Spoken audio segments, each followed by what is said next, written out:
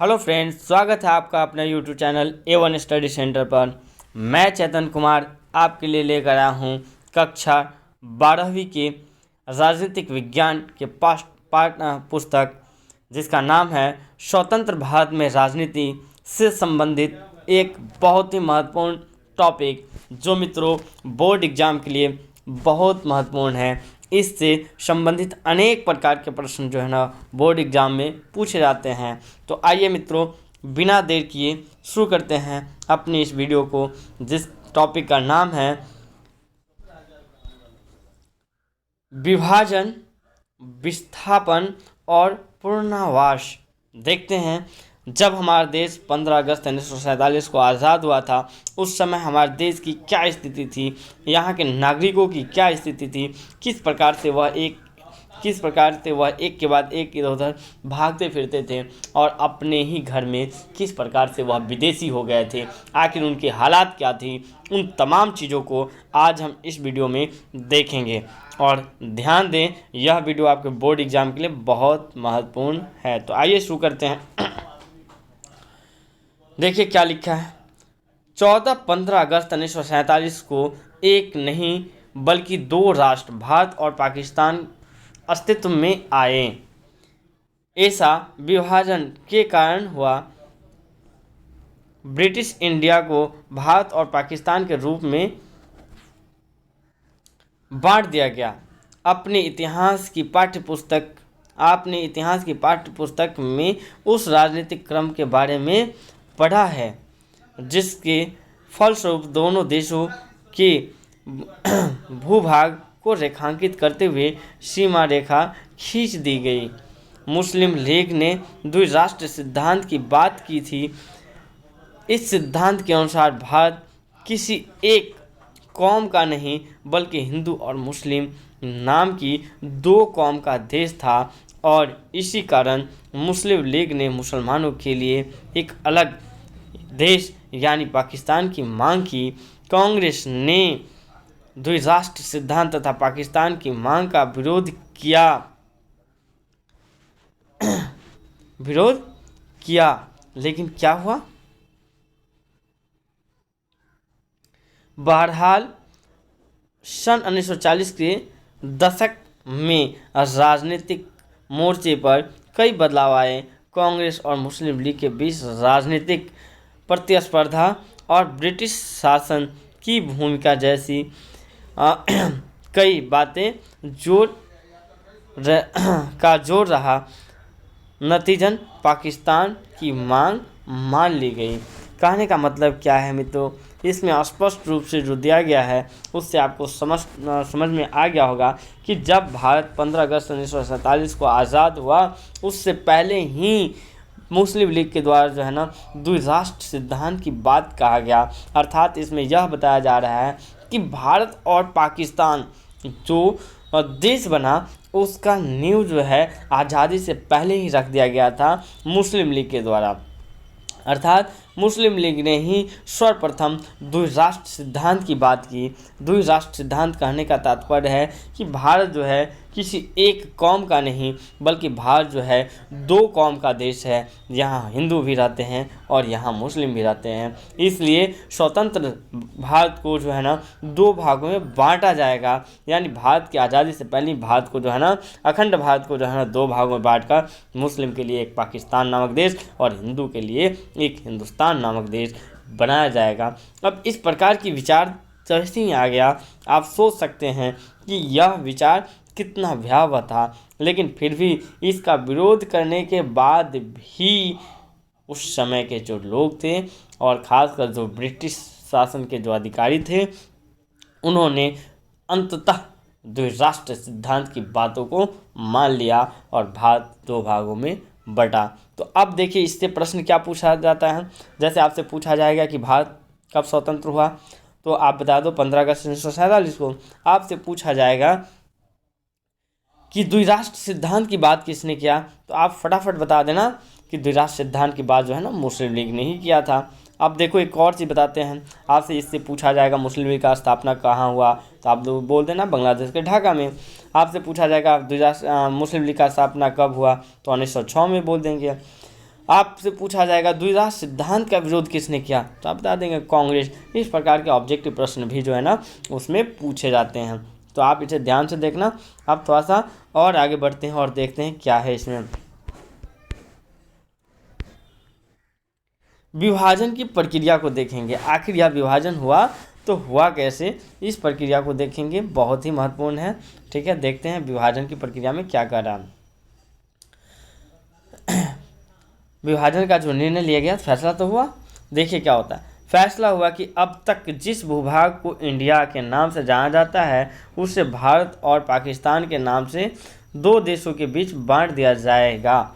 यह विभाजन दर्दनाक तो था ही, इस पर फैसला करना और अमल में लाना और भी कठिन था। आपको बताएं कि भारत जो था ना वो क्या था, एक मिश्रित देश, हिंदू मुस्लिम सिख ईसाई सभी के मिश्रित देश था। इसीलिए ऐसा कोई राज्य, ऐसा कोई क्षेत्र नहीं था जहां मुस्लिम अलग हो या हिंदू अलग हो, सभी मिलकर रहते थे। हाँ, ये ज़रूर था कि किसी क्षेत्र में मुस्लिम बहुल था तो कोई क्षेत्र जो था हिंदू बहुल था।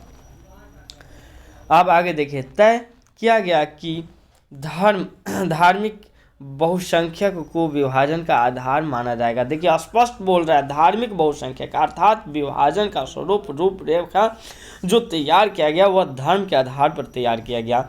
विश्व में ऐसा इससे पहले कभी नहीं किया गया था।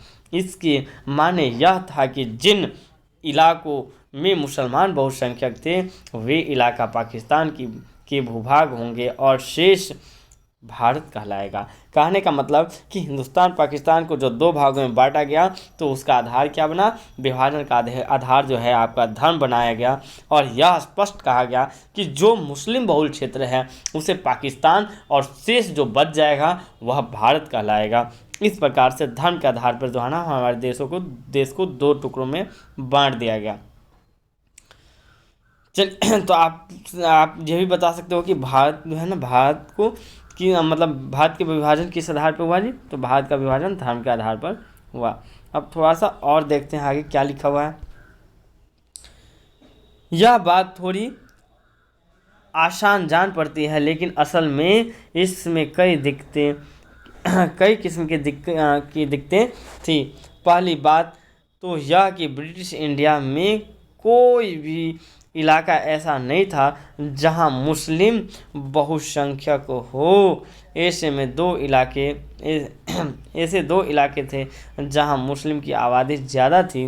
एक इलाका पश्चिम में था तो दूसरा पूर्व में था। आप देख लो, पश्चिम में कौन, पंजाब, और पूर्व में कौन, बंगाल। यह ऐसी स्थिति आ गई कि अब बंगाल और पंजाब को दो भागों में बांट दो और इस प्रकार से जो है ना हिंदुस्तान पाकिस्तान की रचना कर दो।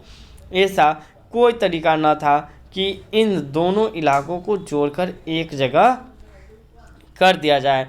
इसे देखते हुए फैसला किया गया कि पाकिस्तान में दो इलाके शामिल होंगे, यानी पश्चिमी पाकिस्तान और पूर्वी पाकिस्तान साथ, तथा इसके बीच में भारत भूभाग का एक बड़ा विस्तार होगा।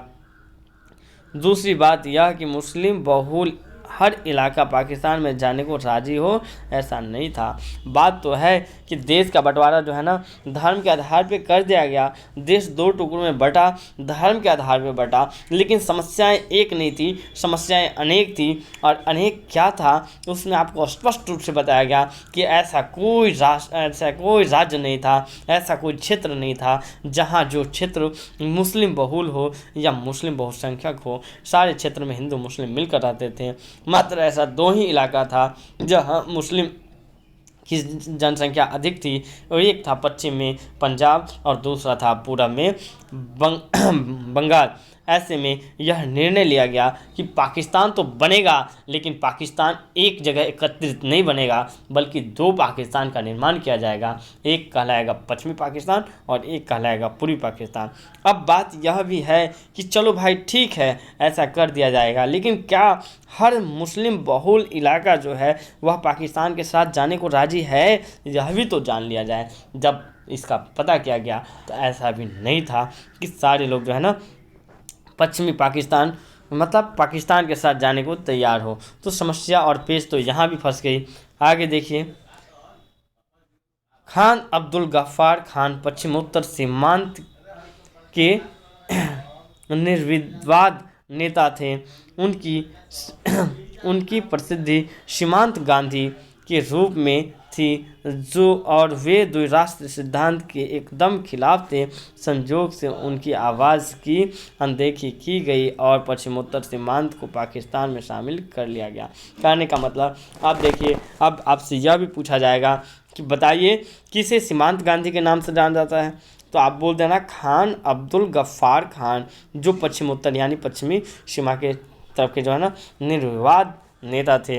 वह उनको उनको वो बहुत फेमस और पॉपुलर नेता थे। कहने का मतलब कि इतने फेमस और प्रसिद्ध नेता की आवाज़ों को भी जो है ना अनदेखी की गई और अंतोगत्वा जो है ना पाकिस्तान को पश्चिमोत्तर सीमांत में मिलाकर एक अलग देश बना दिया गया। इस प्रकार भारत का विभाजन हुआ।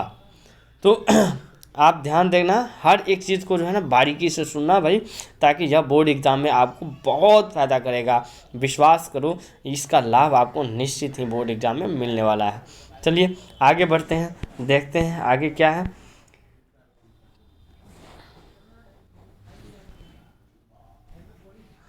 अब तीसरी समस्या देखेंगे, या तो दो देखें। अब तीसरी समस्या क्या है वो देखेंगे। हमने पहला समस्या देखा कि भारत को धर्म के आधार पर बांटा गया, तो कोई क्षेत्र ही नहीं था जो इसमें मुस्लिम बहुल हो। एक समस्या ये था। दूसरा समस्या ये था कि चलो भाई खोजा तो आपने दो क्षेत्र मिला आपको, पंजाब और बंगाल, लेकिन यह भी सत्य नहीं था कि सारे जो मुस्लिम बहुल क्षेत्र है वह पाकिस्तान में जाना चाहे। तो ये दो समस्या हमने देखा। अब तीसरी समस्या को देखते हैं। तीसरी समस्या क्या थी? तीसरी समस्या और भी विकट थी। ब्रिटिश इंडिया में मुस्लिम बहुल प्रांत पंजाब और बंगाल में अनेक हिस्से बहुसंख्यक गैर मुस्लिम आबादी वाले थे। ऐसे में फैसला हुआ कि इन दोनों प्रांतों में भी बंटवारा धार्मिक बहुसंख्यकों के आधार पर होगा और इनमें जिला अथवा उससे निचले स्तर के प्रशासनिक इलाके को आधार माना जाएगा। 14-15 अगस्त 1947 की मध्य रात्रि तक फैसला नहीं हो पाया था कि इसका नहीं हो पाया था। इसका मतलब यह हुआ कि आज़ादी के दिन तक अनेक लोगों को यह पता नहीं था कि वो भारत में हैं या पाकिस्तान में। पंजाब और बंगाल का बंटवारा विभाजन की सबसे बड़ी त्रासदी साबित हुआ। कहने का मतलब देखिए, आज़ादी तो मिल गई, लेकिन कुछ लोग ऐसे थे जिनको पता ही नहीं था कि भाई हम किधर हैं, हम हिंदुस्तान में हैं या हम पाकिस्तान में हैं। और कुछ लोग तो ऐसे थे जो रातों रात अपने ही घर में विदेशी हो गए, अर्थात रात में सोया और सोने के बाद सपना देखता है कि हम तो विदेशी हो गए। कहने का मतलब, कहने का तात्पर्य यह है कि जैसे वो हिंदू जो पश्चिम पंजाब में रहते थे, जो मुस्लिम बहुल क्षेत्र में रहते थे, वह हिंदू जो बंगाल के मुस्लिम बहुल में रहते थे, वह क्षेत्र तो पश्चिमी या पूर्वी पाकिस्तान में कन्वर्ट हो गया ना जी। इसलिए अब तो वो विदेशी हो गया, चूँकि हिंदू के लिए जो है ना एक देश बना जो हिंदुस्तान था, और वो हिंदुस्तान में क्षेत्र आता ही नहीं था। ठीक इसी प्रकार से न जाने कई मुस्लिम जो थे वो अपने ही घर में जो है ना विदेशी हो गए थे। इस प्रकार की त्रासदी जो है ना भारत के इतिहास में ना बल्कि विश्व के इतिहास में यह पहला मौका था जब इस प्रकार का बंटवारा हुआ और इस प्रकार की जो है ना त्रासदी झेलनी पड़ी थी। इससे पहले कई बार कहीं भी जो है ना विश्व जो है धर्म के आधार पर कोई देश को नहीं बांटा था, लेकिन हमें पहली बार जो है ना इस आधार पे हमें बांट कर जो है ना अनेक प्रकार की जो है ना कठिनाइयों में ढकेल दिया गया ब्रिटिश इंडिया के द्वारा, ब्रिटिश शासकों के द्वारा। तो चलिए आगे बढ़ते हैं, देखते हैं और क्या लिखा हुआ है। कुछ और चीज़ को भी पढ़ लेते हैं।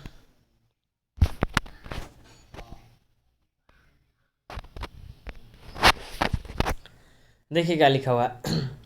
इसी समस्या से जुड़ी हुई चौथी और विभाजन की सबसे अनबूझी कठिनाई अल्पसंख्यकों की थी। सीमा के दोनों तरफ अल्पसंख्यक थे।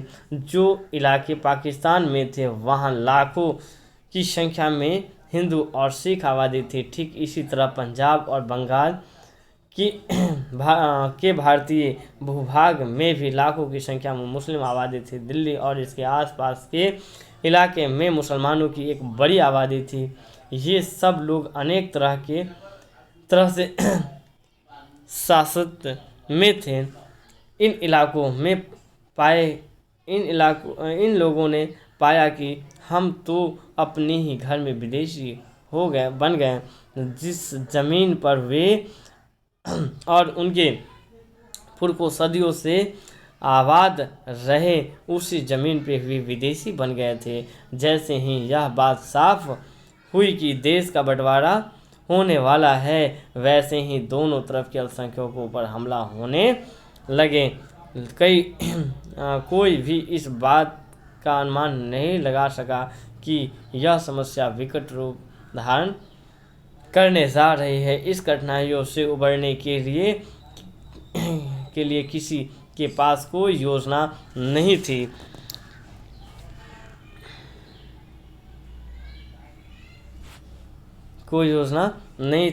शुरू में लोग बाग और नेता यही मानकर चल रहे थे कि हिंसा की घटना अस्थायी है और जल्द ही इस पे काबू में कर लिया जाएगा, लेकिन बड़ी जल्द ही हिंसा नियंत्रण से बाहर हो गई। दोनों तरफ के अल्पसंख्यकों के पास एकमात्र रास्ता यही बचा कि वे अपने घरों को छोड़ दें। कई बार तो उन्हें ऐसा चंद घंटों के मोहलत के भीतर ही करना पड़ा। कहने का मतलब कि अब हम आज़ाद हो चुके थे, अब हमें आज़ादी मिल चुकी थी, लेकिन हमें यह पता नहीं था कि हम अपने देश में हैं या हम विदेश में हैं। क्योंकि कई हिंदू और मुस्लिम को तो यह पता भी नहीं था कि वह कहाँ है, जिस क्षेत्र पे है, जिस जगह पे है, जिस घर में है, वह जगह कहाँ है, हिंदुस्तान में है या पाकिस्तान में है, हम जाएं तो कहाँ जाएं। इस क्रम में आपको सबसे अनबूझी पहले आपको सुलझाने का हम प्रयास करते हैं, बताने का प्रयास करते हैं। कई लोग तो ऐसे थे जो पाकिस्तान में थे, कई मुस्लिम तो पाकिस्तान में थे, उसको पता नहीं चला कि ये पाकिस्तान का हिस्सा है या हिंदुस्तान का, और वो पाकिस्तान से ही भागकर हिंदुस्तान में आ गया। और जब इधर आया तो पता चला दे हम तो उल्टा भाग कर आ गए। इसी प्रकार से कई हिंदू के साथ ऐसा हुआ कि वो हिंदुस्तान में थे, लेकिन उससे अनजाने में भागकर पाकिस्तान चले गए और वहाँ जाने के बाद पता चला कि अच्छा हम तो गलत जगह पे आ गए हैं। तो इस प्रकार से जो है ना उस समय और भी जो है ना आपको पढ़ने को और समझने को मिलेगा कि किस प्रकार से अत्याचार झेले गए हैं। कई लोगों को मारा गया, काटा गया, हत्याएं हुई, महिला पुरुष ये सब पे जो है ना अत्याचार हुए, बूढ़े हो, बच्चे हो, सब पे। और इसमें सबसे ज़्यादा किसी को झेलना पड़ा तो खासकर महिलाओं को शिकार बनाया गया, उनकी इज्जतों को जो है ना मतलब पे अत्याचार किया गया। आपको मतलब जो है ना इतने दर्दनाक स्थिति थी जिसका जो है ना मतलब अनुमान लगाना भी जो है ना आज सहज नहीं है। इस प्रकार की जो है ना अत्याचार उस समय की गई। तो यह आपका जो है ना एक टॉपिक था राजनीतिक विज्ञान का जो बहुत महत्वपूर्ण था बोर्ड एग्ज़ाम के लिए। अक्सर जो है ना बोर्ड एग्ज़ाम में इससे संबंधित प्रश्न भी पूछे जाते हैं, विभाजन, विस्थापन और पुनर्वास से संबंधित। तो ये टॉपिक जो अभी हम लोग पढ़ें इसके बारे में आपको हम बता दें कि यह आपके बोर्ड एग्ज़ाम के लिए ज़रूरी तो है ही और अपने नॉलेज के लिए भी ज़रूरी है। तो यह वीडियो देखने के बाद मित्रों ज़रूर बताइएगा कि यह वीडियो आपको कैसा लगा, और इससे आपको जो ऑब्जेक्टिव बताया गया है उससे अपने कॉपी में नोट करेंगे और बोर्ड एग्ज़ाम की तैयारी करेंगे। आप हमें ज़रूर बताएंगे कि आपको और कैसे वीडियो चाहिए, हम आपके लिए उस प्रकार की वीडियो उपलब्ध कराने का प्रयास करेंगे।